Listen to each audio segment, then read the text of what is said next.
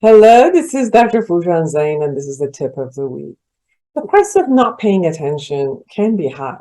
This past week, I have many incidents of just not paying attention and having to pay some consequences. The first was trying to get into my garage as I scratched the right side of my car onto the garage door. I went to a seminar and had to bring cash for the fee, and just because I didn't double check it and assumed what it was, I went back and forth long way through dark tunnels to my room to get the correct amount. 3 times. Yep. Yesterday, although I had mosquito repellent in my purse, I did not put it on and ended up being beaten all over my body and having severe reaction to it. Should I say more? I've paid dearly before for not paying attention. The consequences I shared with you today are insignificant, but still annoying and have created inconvenience. However, it makes me aware of how many areas of life I'm not paying full attention to. How about you? Do you always pay attention to all that you're doing? Could you see how often you have paid a light or a hefty price due to a lack of paying attention? So what takes your attention away during the day? Some people think about emotionally charged events and rehash them repeatedly.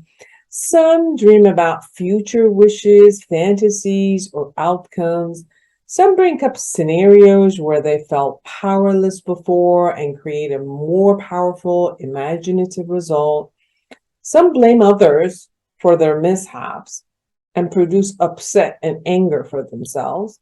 And some predict really nasty and pessimistic scenarios for their future and provoke fear. Some strategize or think of all the ways to manipulate to create the desires that they want, the outcome that they want. What do you do?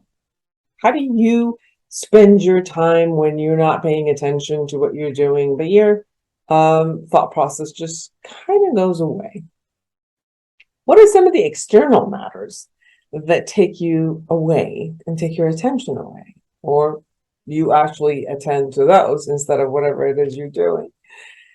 Your smartphone, emails, texts, social media, news, porn, work, games, children, pet, shopping, practically anything. Our mind has become used to multitasking constantly. We might have trained it that way consciously or unconsciously by allowing it to happen. I decided to go on to a walk this morning and kind of like be present to what happened to my attention. I purposely did not listen to music, podcast, or audiobook.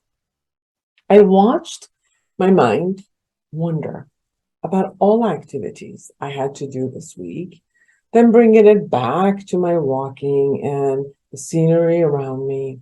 And then I watched it get into argument with a friend in my mind. And then I laughed, since that was a fabricated argument, which was really unnecessary. And for the first time, I saw these two men mowing the grass in our neighborhood. We made a connection, and we looked at each other and said hello and waved with each other. And I viewed multiple kind of like spider webs that were on these dense plants, and then they were filled with dew, water, and which gave them this fantastic shine because the sun was shining on them. I'm like, what are they? So I paid attention to that and anymore.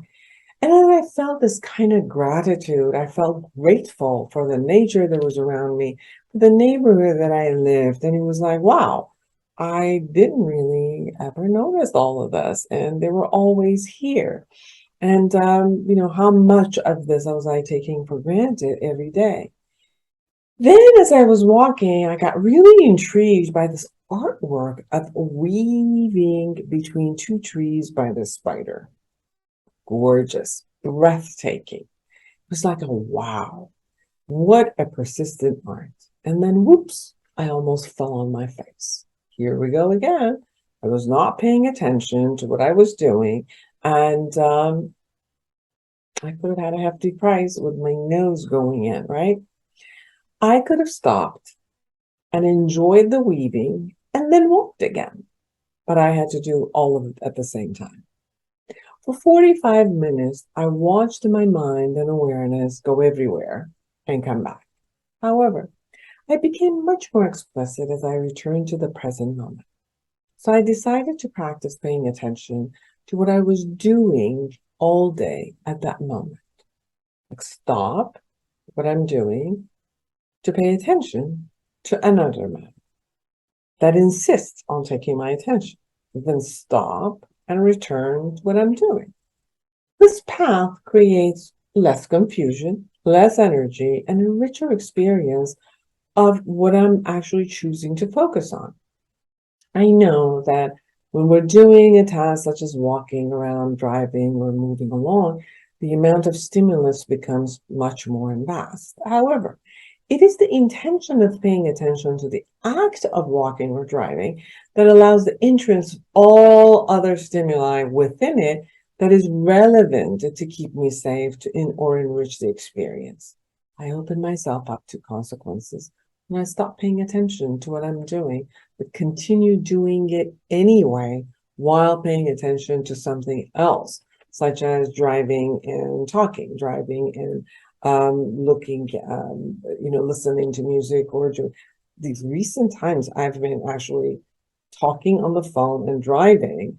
And then what happens is that I miss the exit that I got to go out with. So these multitaskings all the time aren't working. I've spoken with many parents of young children who have been trained themselves to do 100 activities simultaneously while growing more eyes and ears in the back of their head to watch their youngsters and be safe at all times. But they must stop at times, focus on their body, and quiet down.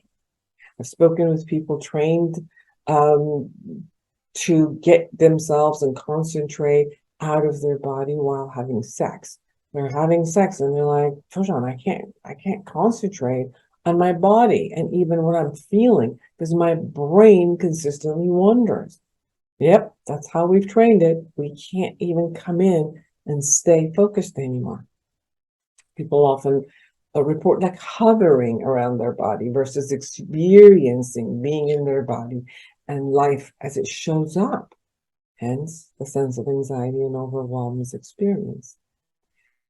Let's focus on what you intend to create. Stop consciously what you're doing, attend to something else fully, and allow a full and rich experience at every moment because you are the one who are choosing to pay attention to it and really experience the experience. Have fun. Why don't you go ahead and kind of monitor your brain a day that you're walking and see what shows up and let me know. Thank you for listening.